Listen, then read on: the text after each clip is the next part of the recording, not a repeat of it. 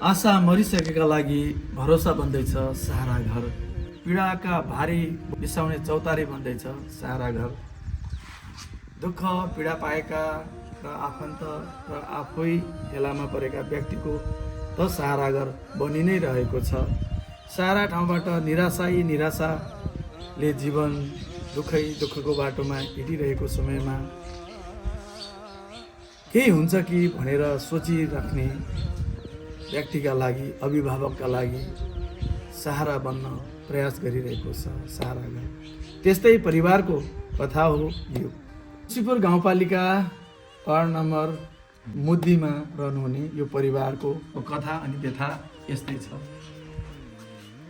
यस्तो आमा बाबाले दुःख पाउनु नपरोस् र उहाँहरूकै अनुमति लिएर यो भिडियो निर्माण गर्दैछौँ। हामी यो भिडियो यसकारण पनि निर्माण गर्दैछौँ कि हरेक सन्तानले आफ्नो बाबा आमालाई दुःख नदिउन् भनेर यो चेतना रूपी भिडियो बनाउँदैछौँ। उहाँको एक्लो सन्तान र उहाँहरूले भोग्नु भएको पीडा साँच्चै दर्दनाक छ। स्कुलमा पढाएर 12 कक्षासम्म आइएससी पास गराएर छोराको सुख खाने समयमा छोरा उलटमा बसेर जुन दुःख भोग्नु पर्यो फ्यामिलीले, आफ्नो घरबास, आफूसँग भएको धन सम्पत्ति विभिन्न रिहाब सेन्टरमा राख्दै आज केही नभएर यो दुःख, यो वेदना यो परिवारले मात्रै पाएको छैन, हाम्रो समाजका धेरै अन्य व्यक्तिले पनि पाउनु भएको छ यस्तै पीडा। उहाँहरू खुलेर भन्न चाहनुहुन्छ कि कसैको सन्तानले दुःख नपाओस् र परिवारले दुःख नपाओस् भनेर।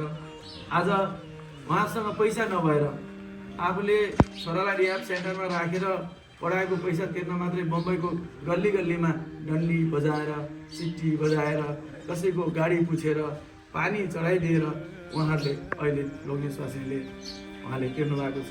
बिचमा रिहाब सेन्टरमा पनि राखेर राम्रो भएपछि आशा गरेर छोराको विवाह गरेर बच्चा पनि जन्मियो, तर धेरै उहाँले सताएपछि बुहारी पनि छोरा नातिलाई छोडेर गएपछि नातिलाई आफ्नो कोखमा लिएर आज छोरालाई सहारा घरमा छोडेर जाँदै हुनुहुन्छ।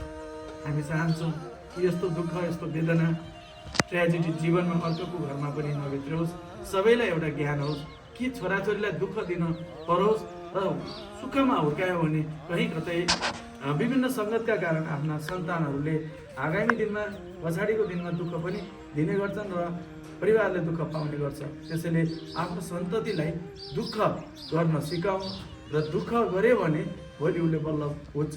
धेरै माया उप्ल्यायौँ भने सन्तान बिग्रिने सम्भावना पनि हुन्छ भन्ने हामीले यो कथाबाट पनि बुझ्यौँ। र हजुरहरूले के भन्न चाहनुहुन्छ भने भनिदिनु, नभए अब तपाईँहरूको छोरालाई हामीले गर्न सक्ने सेवा गर्छौँ र उसले पनि यहाँ भोलि राम्रो भएर सेवा गर्न सक्छ। हामीले उसको जीवनमा हामीले यहाँ केही रुपियाँ नलिएर तपाईँ सबैको सहयोगबाट, दिएको सहयोगबाट उसलाई हामीले यहाँ हेर्छौँ, हेरचाह गर्छौँ। उसका आनी बानीमा हामी केही गर्न सक्ने हाम्रो तर्फबाट गर्छौँ। उसले यहाँ केही आफैले आफूलाई हानि गर्यो र कसैबाट उसलाई हानि भयो, ऊ यहाँबाट भाग्यो, यसको हातबाट कसै दुर्घटना भयो, कसैको हातबाट उसलाई दुर्घटना भयो भने त्यसको जिम्मेवारी सहारा गर्ने छैन। हाम्रो प्रयास हुनेछ कि उनको उज्जवल आगामी जीवनको भविष्य, हामी उनको लम्बे उमेर छ, ह्यान्डसम बुवाई छ, को बाबुको जीवन राम्रो होस् भन्ने कामना गर्न चाहन्छु। हजुरहरूले केही भन्नु छ? म भन्छु होला, भन्नुहोस् त। म दिप बोहरा, रमेश बोहराको बुवा। म इन्डियामा अब लामो समयदेखि काम गर्दै आएँ। यसलाई लेखाउँदै पढाउँदै परिवारलाई अब आर्थिक पनि सकिँदै गयो। बिस्तारै यसलाई रिहाब सेन्टरमा 4-5 पटक हाल्दा अब कसैको सहयोगमा कहिले काहीँ छुट भयो होला।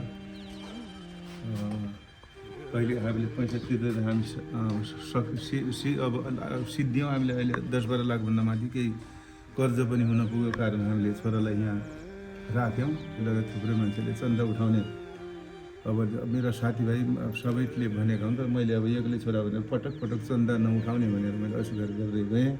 मैले मेरो छोराको लागि मात्र, मेरो व्यक्तिगत भनेर मैले चन्दा लिनु मानेन, दिने ठाउँमा दिन रुचाउँछु, लिनु मानेन। उहाँले यसलाई औषधि खुवाउने छन् र यो अब सुरक्षा गर्नु होला। अब बाँकी जिम्मेवारीको कुरा हामीले लिखित पनि लेख्यौँ। अब यसले यता केही दुर्घटना गर्यो भनेपछि समस्त जिम्मेदार रहने छैन, हामीसँग आफै जिम्मेदार हुनेछौँ। यसले कसैलाई दुर्घटना गरेपछि अब त्यसको सजाको भागी आफै हुन्छ। यसलाई कसैले दुर्घटना गरी यसले केही क्षति भयो भनेपछि त्यसको जिम्मेदारी र जवाबदेही आफू आमा बुबा यो परिवार हुनेछ। नमस्कार। जब हाम्रो क्यामेराले यो दृश्य कैद गर्छ मन एकदमै भित्रै पोलेर आउँछ।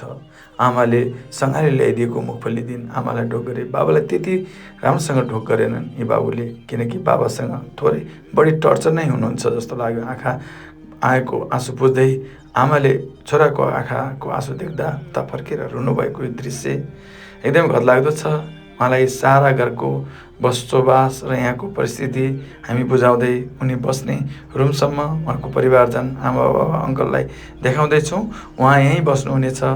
यहाँ अन्य व्यक्तिहरू पनि यहाँ बस्नुहुन्छ, वृद्ध बुवा र एकजना सेवा गर्ने, र उहाँले छोडेर जाँदाको दृश्य हो। आमा बाबाले ठुलो मन गरेर छोड्नु भएको छ। कुनै दिन तपाईँको छोरा राम्रो बनेको तपाईँले देख्न पाउनु यही कामना छ।